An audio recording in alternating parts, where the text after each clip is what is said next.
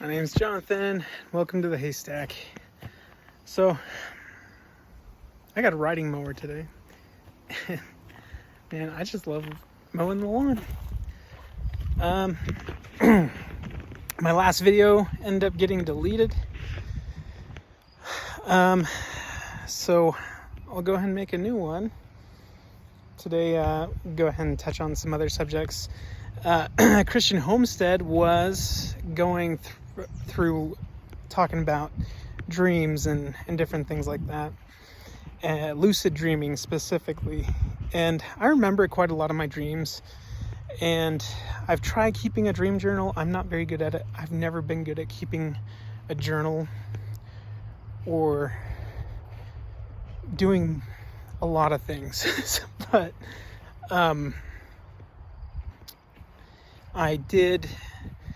what I do now is I sometimes wake up in the night and I just have one thing or word going through my head over and over again, and I repeat it in my mind as I'm going to the restroom or whatever wakes me up, drink of water, whatever. And it's usually based off of something I've been reading about or listening to, studying, or just simply something that's on my mind. And then every now and again, I get something that is just not something I'm studying. And then I try to make a goal to look that up and study that more. So, for example, this last one was about last night I woke up, and I didn't realize this until Jared's live stream, and he was talking about dreams. I thought, holy crap, I woke up last night and I wrote something down. So I looked up what it was, and it said Gihon Springs, washing water. And so I'm like, okay, that's something I haven't specifically studied. That's not something I've looked up personally or something I even know very much about. So I wondered if maybe I was listening to something mentioning it, which is very likely. But that will be my next area of study. But I have a whole list of notes of things like that I haven't even gotten to yet. Not that it really, I don't think that it means that this is some revelatory big thing, but I tend to, the way things have worked for me is I get like drops in a bucket, and I pursue, where that drop comes from and try to see if there's more there. And I gather what I can, and sometimes it leads to something much more insightful to me. Other times it's just simply interesting. And I have yet to delve deeper into some kind of personal application for it. But I did mention to Jared in that live chat one of my dreams. There's a specific location. So how many of you have this? Do you have a specific location or areas or places that you go to? Because to me, I have a lot of those, or at least a handful of those. One of them is my best friend growing up. It's his neighborhood and his street leading up to his house and his house. And then one is the house I've grew up in. Each one of those tend not to be the funnest dreams. But what I have found lately is I get these dreams where I'm in a very spacious place. Initially, it started out something like the moon, or a vast, large place, very cool and lacking color. And there's always some type of tunnel or tube or water slide or something that takes me from one part to another, and then that's turned into city type things and going to different cities and being in trains, to ultimately the last few times I've kind of had this same style of dream. One was like an Aztec temple that was completely white.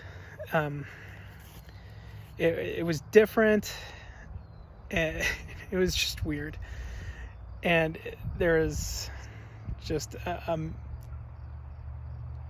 puzzle solving kind of thing. And it was interesting, that's for sure. The one I've liked the most is the one I had most recently. And this is one I have quite a bit. And it's like going to the temple. And it reminds me most of the San Diego Temple baptistry. And to me, the San Diego Temple is just far more amazing than any of the other temples I've been to, simply because that was the first temple I remember.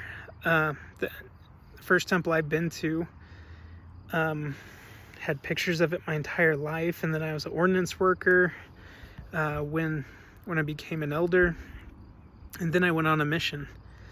And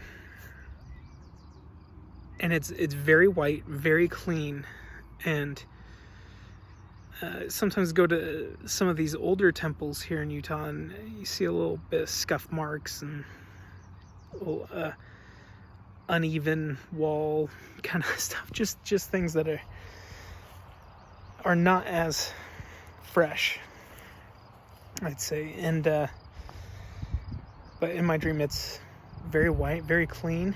It's like courtyard to courtyard. If you've ever been in the celestial room of the San Diego Temple, up there's this little, man, I forget the word for it, but it basically opens up to the aquarium, but for birds. But it opens up to the outside, and there's some greenery in there. And so most of these type of dreams for me is like going white courtyard to courtyard, but it's like always has something to do with running water. And one thing about me is I hate being thirsty more than anything. Being thirsty is I'll suffer all kinds of things, but being thirsty is by far the thing I hate most. The thing that I dread most is being thirsty. And I love flowing water. Yeah, I always seem to live in deserts, and I can't stand it. I mean, it's all beautiful, but I love flowing water, like clean flowing water. This last dream, it was like almost going from different places on the earth or different cities, and it was not like there was a water slide or anything, but it seemed like that. It, like traveled like that. And to me, that's like all fun, and everyone's dressed nice, and we're all talking about things that we're very interested in, and things ranging from gospel topics to astronomy. And again, I'm not trying to make this like this is the future. I'm not saying that at all. I'm just saying these are the types of things that are on my mind a lot, and it's being manifested in my dreams when my mind is putting all the things together and settling all the files for the night. And if there are things that are revelatory, those are the things I'll probably keep to myself for the most part. But we go from like one area to another, and went inside one of these temples, and we saw 3 people all dressed in white like everybody else, but they were doing a presentation, kind of like something that we would see in an endowment. Not giving us an endowment, but they're just simply giving us instruction. And it was like live, not work on behalf of somebody else. And these 3 people had like a solid silver or solid gold, because there's 3 of them. All of them had different, but they're kind of like a necklace, but a breastplate kind of thing. And I don't remember anything they're giving us instructions about. I do remember being extremely excited, like super excited, and wanting to jump out of my seat and talk to other people. And but we all kept quiet, and once we got out into a courtyard and we all looked at each other and we said, "Oh, it's finally happening. Yes, it's great." Yeah. And it was just this wonderful celebratory experience. And I don't know any of the people talked to. All I know is that they're just simply all like-minded, and I don't know what we were excited about, but it seemed like we were excited about something that we were highly anticipating. Almost like, as I've thought about it, I thought, what could it have been? Not that it was really something, but I thought, well, if there was anything to be excited about, it would be something like the Second Coming. And which was weird to me looking at the dream, because everything seemed like perfect. Like, what more could you expect? But yet there was still something more to look forward to that was very, very exciting for all of us. And that just, it just made me feel very, very good. It's very, very peaceful. If I could select to be in that dream every night, I would do it. So I guess I don't lucid dream. I just dream a lot, and I'm aware I'm in a dream. Usually, sometimes I get caught up in the moment and just don't realize I'm in a dream, and I think that's normal. But that, what are some of the things you guys dream about? That's probably the plainest kind of dream I have, that has nothing to do with other things I'm interacting with in life, and that's one of the reasons I share that,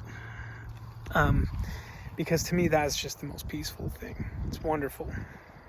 And going from one city to another, and going there as if on a water slide, but being completely dry, and having this constant trickle of water, stream of water flowing by every place that you walk,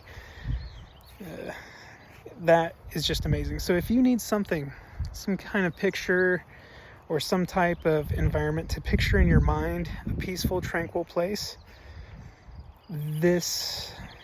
I would suggest try this one out. It's not something I consciously thought of. It kind of just developed over time. I think it developed over the types of things that I love most and find the most peace in.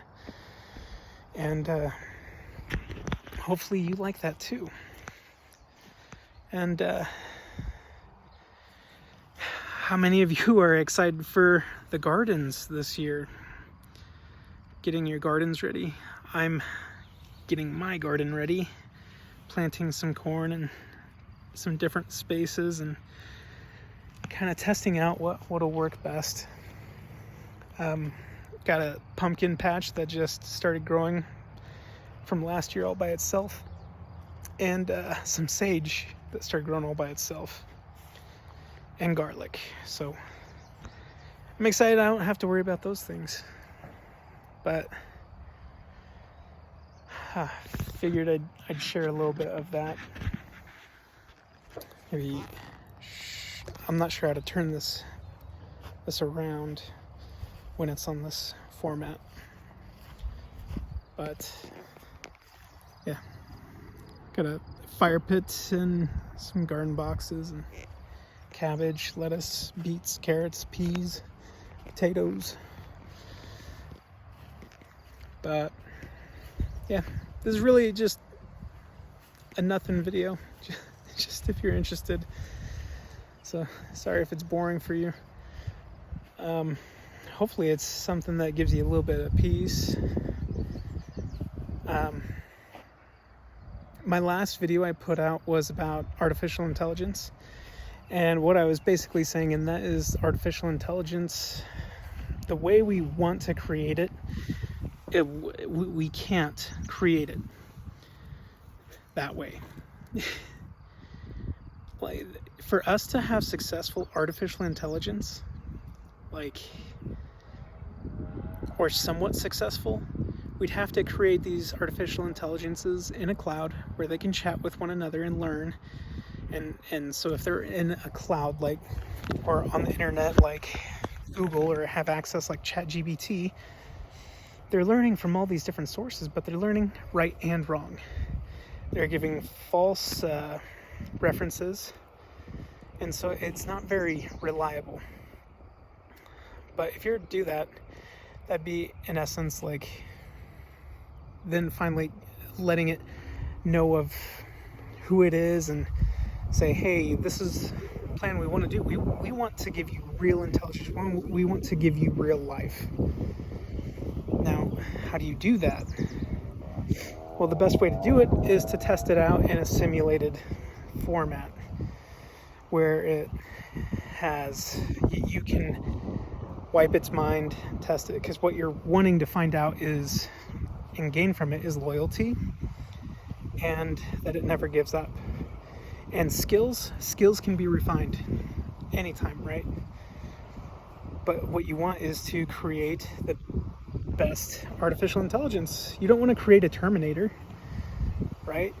You want to create something that's better than you, almost. And the only way to really do that would be to do what we see in the plan of salvation. You have to put artificial intelligence in a virtual body, in a virtual environment, and let it learn line upon line, precept on precept, give it stewardship of different environments and over lesser intelligences, and give it a variety of things to grow from, and probably plant these things in a variety of areas and let them interact with one another. See how they overcome hardship, difficulty, pain, and love. Give them opportunity to care for things, and then, come up with upgrades or updates from time to time. It should be like a dispensationary change, and implement that data point, and it would change the whole environment through some natural looking cause on their end. But the thing is we can never do that. We could never do that, because there is far more life within every aspect of this that has a collateral entanglement with us. There's too many things. So if we were to do something like that, we would not get something very accurate.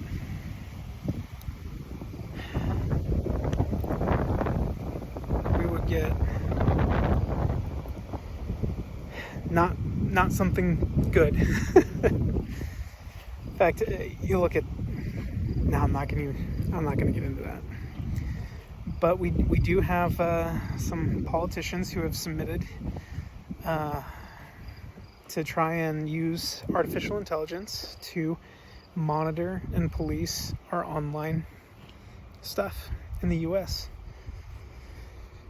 And that could be, that sounds very beneficial. It sounds good. It sounds like we could finally get rid of all those predators and stuff. Except the fact is that we know who a lot of these predators are currently, and we're doing nothing to get rid of them.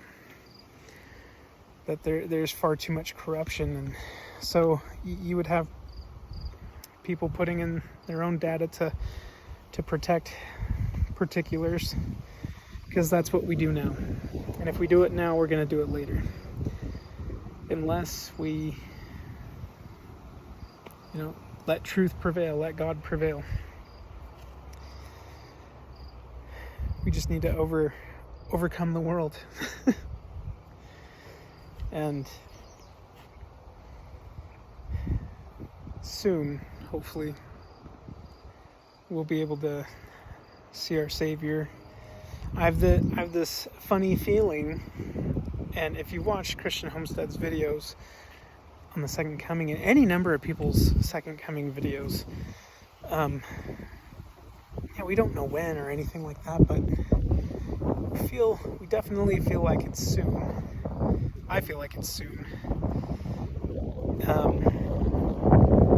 There's no place else to go. This is the last place. There's no other place to flee to. The last place to flee to is our temples. And how long do we get those? Well, they were temporarily shut down during COVID. We already know that there's another pandemic already on its way, targeting children. Funny how that works, but yeah, I guess Bill Gates knows. We don't. It's funny how these pandemics are now back to back when they used to be something like every 100 years or so. But I'm not too worried. I mean, awful things do happen. They're going to happen. There's people struggling right now. There's people going through the worst things ever. I go through our struggles, and we've had hard times and difficulties. And in the end, it's just like, this is tough. It hurts. I'm very sad. I really wish I wasn't here right now sometimes. But in the end, I just go, the Lord giveth and he taketh away. You just gotta let him prevail. Why is it always so windy? It's like not windy until I come out here. But I'm excited for the future. Today, I'm not going to talk about that either. Anyways, I hope you guys are doing well. I hope you're doing what you can to have peace at home and to focus on the things that matter most, and not to get so hung up on perfection, superficial perfection.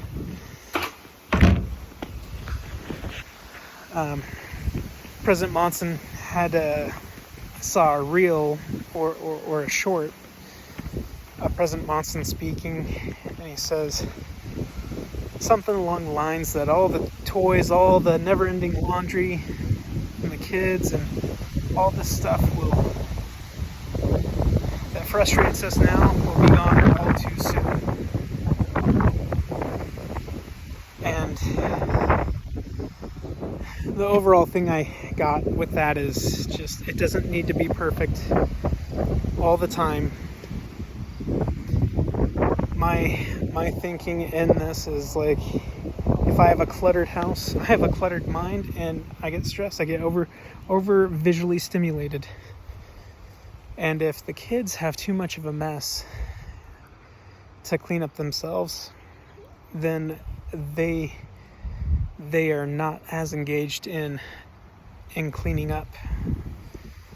So we try to, if we get those small things, they could clean it up and have those small victories. And as the bigger messes come, they've already completed things leading up to that, and so now they're not so discouraged. It's less of a leap for them to go through to, let's go through this. And large messes can be very discouraging. And I think it's exactly that with us when it comes to repentance. Remember, as a missionary, I just finished speaking in a ward, and there was a man who came down who's like all-star LDS guy, BYU graduate, says so all over his house, and he pulled me aside. He's like, Elder, I've had a lot of skeletons in my closet, and something you said, I don't even remember what it was. And he said that he is going to go talk to the bishop, and that he was very scared. I'm like, wow. But at the same time, I've faced hardship, judgment, and ridicule and loss of so many things from the world. And like, I've gotten in trouble for so many things that were not wrong, things that are not illegal. But I just get in trouble for things that, well, if this would lead to this, and then if this would lead to this, or in this environment you can't say things even near to this. Like, I have gotten raked over the coals, lost jobs and everything, and never once broke a policy, broke a rule, or did anything against the law. and never went out of my way to offend or hurt or make life difficult for anybody. And every time I just think, where do I go from here? And I'm getting exhausted. I'm serious. I'm getting pretty dang exhausted. But seeing so many of like our church leaders who have come through, and so much people from our own history who have overcome similar challenges, greater challenges, things that were completely outside their control. Like a complete economic crash, yet they had nothing to directly do with it. Nothing they said or did offended or hurt anybody or made them a target of some vindictive or hard person. They're just a victim of circumstance. And I thought, just as Joseph Smith had long ago, when a woman came up to him and said, "Brother Joseph, I'm hearing all these awful rumors about myself from all these people," and it's making her cry. And she says, "Woman, I hear lots of bad stuff about me too. What I do is I think about what that is, and if something I did or said even was a kernel, had even a kernel of truth in it, and there within me wells up a huge desire to forgive that person."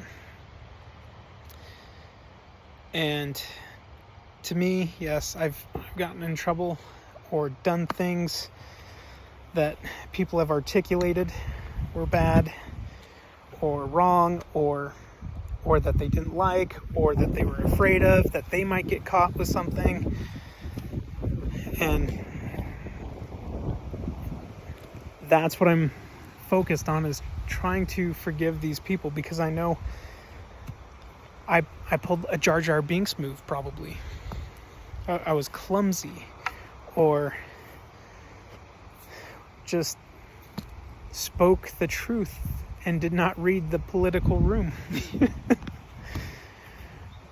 Things like that. Things that would get John the Baptist beheaded. And